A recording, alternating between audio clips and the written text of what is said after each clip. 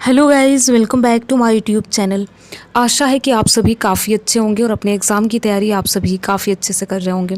आज का ये वीडियो बहुत ही ज़्यादा इम्पॉर्टेंट है। अगर आप किसी भी प्रतियोगी एग्ज़ाम की तैयारी करते हैं तो आप इस वीडियो को देख सकते हैं। आज के इस वीडियो में 28 अगस्त 2025 के दिन का जो भी इम्पॉर्टेंट करंट अफेयर्स है, जहाँ से एग्ज़ाम में प्रश्न पूछे जाने की संभावना है, उन प्रश्नों को आज के इस वीडियो में हम देखेंगे। तो आज का ये वीडियो बहुत ही ज़्यादा इंपॉर्टेंट रहने वाला है, तो आप इस वीडियो को अंत तक ज़रूर देखिएगा और देखने के साथ साथ अपने यार दोस्त मित्र को भी शेयर कीजिएगा। तो देख लेते हैं कि आज के इस वीडियो में हम किन किन चीज़ों को देखेंगे। तो देखिए, इंपॉर्टेंट डे और थीम को लेकर बात करेंगे, यानी कि अगर 28 अगस्त 2025 के दिन का कोई इंपॉर्टेंट डे और थीम है तो उसको देखेंगे। साथ ही साथ नेशनल और इंटरनेशनल अफेयर्स से जो भी इंपॉर्टेंट प्रश्न हैं उनको देखेंगे। और अगर आज के दिन कोई इंपॉर्टेंट प्रश्न है खेल जगत से तो उसको भी आज के इस वीडियो में देखेंगे। तो कंप्लीट वीडियो आपके लिए बहुत ज़्यादा इंपॉर्टेंट रहने वाला है। आप इस वीडियो को अंत तक ज़रूर देखिएगा, ठीक है। तो देखिए, पहला प्रश्न है, अगर आपको इसका आंसर पता हो तो कमेंट बॉक्स में बता सकते हैं। पहला प्रश्न है, भारतीय सेना द्वारा अयोग्य सेतु अभ्यास किस राज्य में किया गया। इसमें आपको ये बताना है कि भारतीय सेना द्वारा अयोग्य सेतु अभ्यास किस राज्य में किया गया, यानी कि यहाँ पर बात हो रही है आरोग्य सेतु अभ्यास को लेकर के किस राज्य में इसका आयोजन किया गया। पहला ऑप्शन है गुजरात, बी है नई दिल्ली, सी है उत्तर प्रदेश और डी ऑप्शन है असम, ठीक है। तो भारतीय सेना द्वारा अयोग्य सेतु अभ्यास का जो आयोजन है असम में किया गया, तो इसका करेक्ट ऑप्शन है डी। तो आप याद रखेंगे, बहुत ज़्यादा इंपॉर्टेंट प्रश्न है। अयोग्य सेतु अभ्यास असम राज्य के डिब्रूगढ़ जिले के डुमडुमा शहर के रूपाई में किया गया था, ठीक है।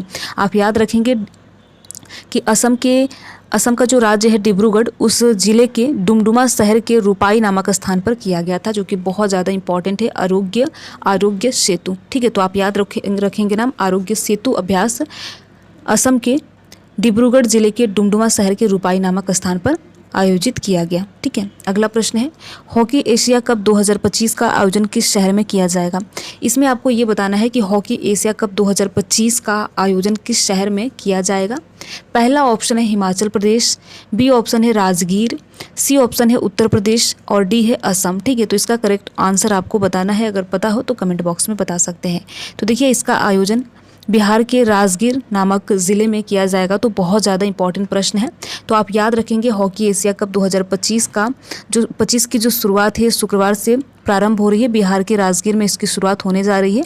साथ ही साथ आप याद रखेंगे 7 सितंबर को फाइनल मुकाबला खेला जाएगा और इस टूर्नामेंट का मेज़बान भारत सहित कुल मिलाकर 8 टीमें इसमें भाग लेंगी, ठीक है। तो बहुत ज़्यादा इंपॉर्टेंट प्रश्न है। ऐसे प्रश्न देखिए एग्जाम में पूछ ले जाते हैं।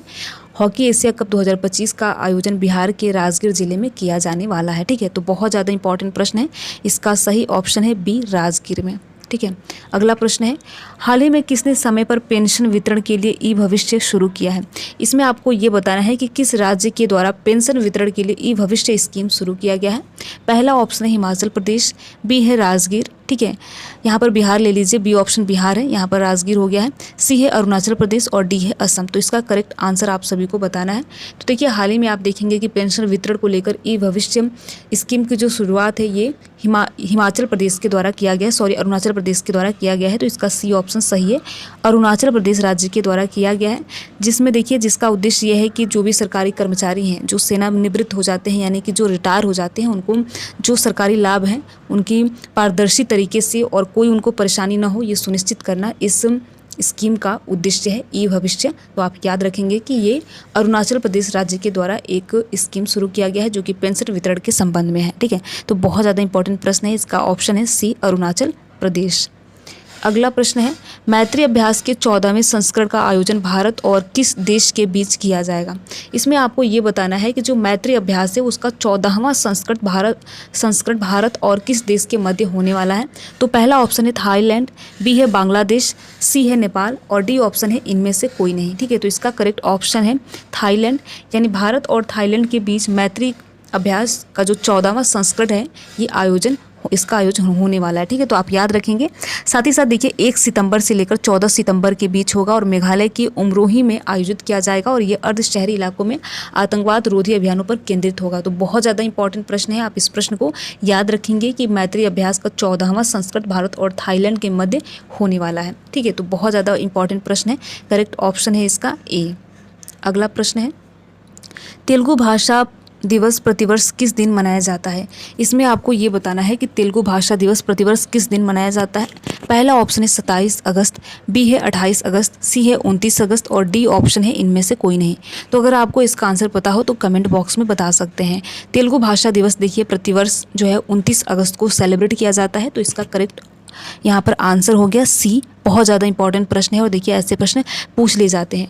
अब बात यह है कि देखिए 29 अगस्त को मनाया तो जाता है, लेकिन क्यों मनाया जाता है। तो आप याद रखेंगे कि जो विद्वान और कवि हैं जिनका नाम गिडुगी वेंकट राममूर्ति है, इनके जन्मदिन के उपलक्ष्य में इस दिन को सेलिब्रेट किया जाता है, यानी तेलुगु भाषा दिवस के रूप में सेलिब्रेट किया जाता है, जो कि तेलुगु भाषा के प्रसिद्ध विद्वान और कवि हैं जिनका नाम गिडुगी वेंकट राममूर्ति है। तो आप इनका नाम याद रखेंगे। बहुत ज़्यादा इंपॉर्टेंट प्रश्न है और इन्होंने तेलुगु भाषा के सुधार और मानकीकरण में महत्वपूर्ण योगदान दिया था और इसीलिए इनके जन्मदिन के उपलक्ष्य में तेलुगु भाषा दिवस को प्रतिवर्ष 29 अगस्त को सेलिब्रेट किया जाता है। तो बहुत ज़्यादा इंपॉर्टेंट प्रश्न है। ऐसे प्रश्नों को देखिए एग्जाम में प्रश्न पूछे जाने की संभावना रहती है ऐसे प्रश्नों को, तो आपको बिल्कुल याद रखना है। ठीक है, अगला प्रश्न है यहाँ पर अगला प्रश्न है इंगा लुगिनियल को हाल ही में किस देश का प्रधानमंत्री नियुक्त किया गया है। तो इसमें आपको ये बताना है कि ये जो पर्सनालिटी है इंगा लुगिनियल, इनको किस देश का प्रधानमंत्री नियुक्त किया गया है। तो पहला ऑप्शन है लिथुआनिया, बी है अफगानिस्तान, सी ऑप्शन है भूटान और डी है इनमें से कोई नहीं।